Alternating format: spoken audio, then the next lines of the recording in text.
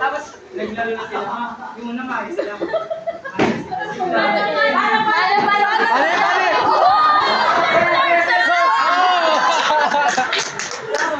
Tapos si Sir Cyrus na naman sa amin. Nakikipag-chismisan pa. Tapos natamaan kasi Ma'am Michelle. Akala ko yun na yung yung kaba ko. Tapos, lumiti na sa akin si Ma'am Michelle.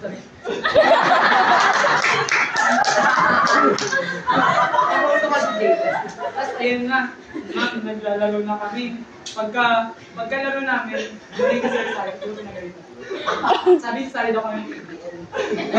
Ngayon, umalis kami kasi pinagalitan na ako ni Sir Sally.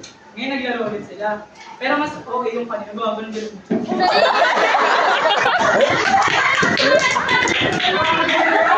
Grabe pagka-OA yan. Ayun ma'am, matagal na lang mga 25 minutes. Ganon. Tapos, uminit ulit. Tapos, nawalan ulit. Pasok kami. Tapos, ayun ulit, naglaro ulit sila. Si John Paul dapat din kasama eh. 2 minutes lang yung naglaro. Kakasab lang nun yun. Kakasab lang nun yun. Kakasab lang nun yun. Yun dapat isa. Tapos, yun ma'am, pumalo yung isa. Narisig naman. Tapos, pumalo ulit. Mapagod na ako. Pwede pa na. Tapos,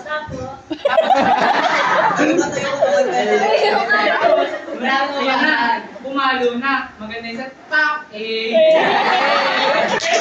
Magkapalo. Tumama sa paa. Tapos, tinamaan namin yung ganyan, ma'am. Kasi ma'am, yung ma'am, yung angle nung bola. Yung angle nung bola. Diba, pagkakampas, yung motion pag yun? Side force. Yung bola, projectile motion.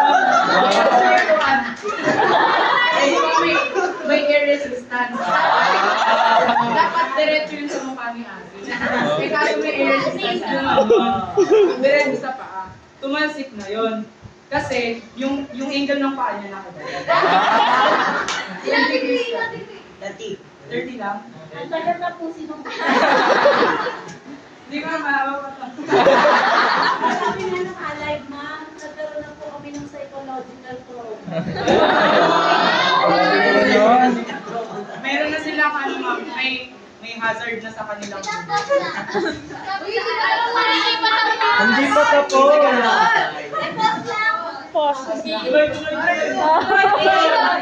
Tapos ma'am, ayan na, tumama naman sa paa. Tapos, kinakabahan na ako lalo, ma'am. As in, bumagal yung mundo ko. Kasi nakita ko yung... Kailan nagsimula?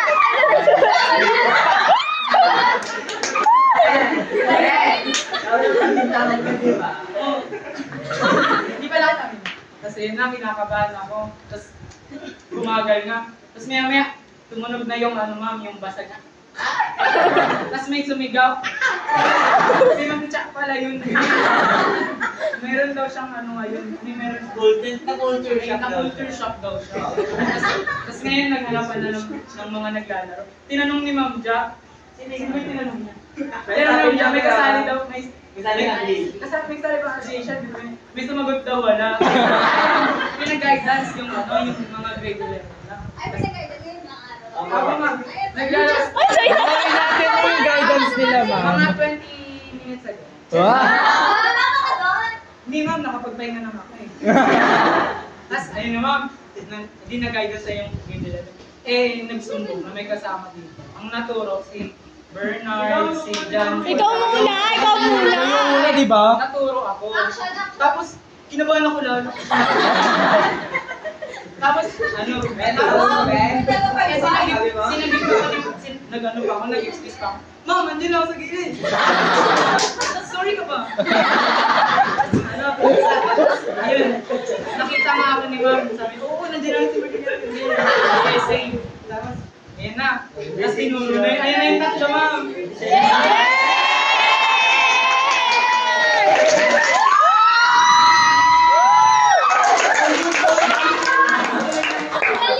Interviewin na sila, ma'am.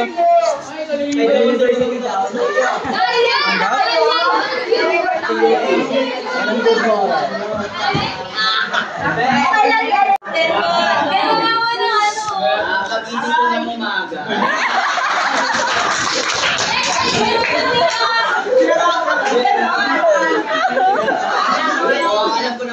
nangyaring masama. Pareho sila.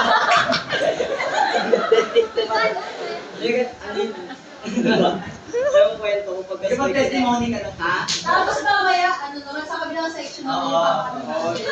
Kumuha tayo. Pero bilang isang kasali lang. Oy, kasali lang naman ako, hindi naman ako yung nakatama. Kwento mo yung... Bigyan niyo po ako ng good moral.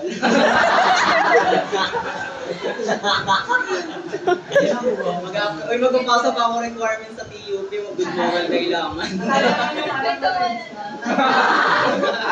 Si Ben ako register dito. Meron ba? Sino? Ay, ikaw mismo? Iba ikaw rin yung guidance? May silang dalawa yung kilala ni Ma'am Mapi. Tuwan-tuwa. Anak ni Ma'am Pan. Tapos ito, Olympia.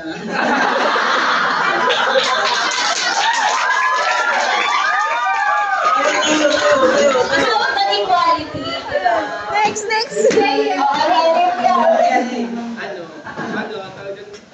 Dapat di ko na sinunod yung kasi nanonood lang ako noon. Tapos nainggit ako. Tapos wala pa 1 minute, may nangyari agad po sa akin. Tapos pagdating ko dun sa guidance, sabi niya Mami, hi, ikaw yun na Olympiad. Sabi ko, ba't ka nandito? Tapos lamig dun. Sarap. Ano sabi Gusto nga kasi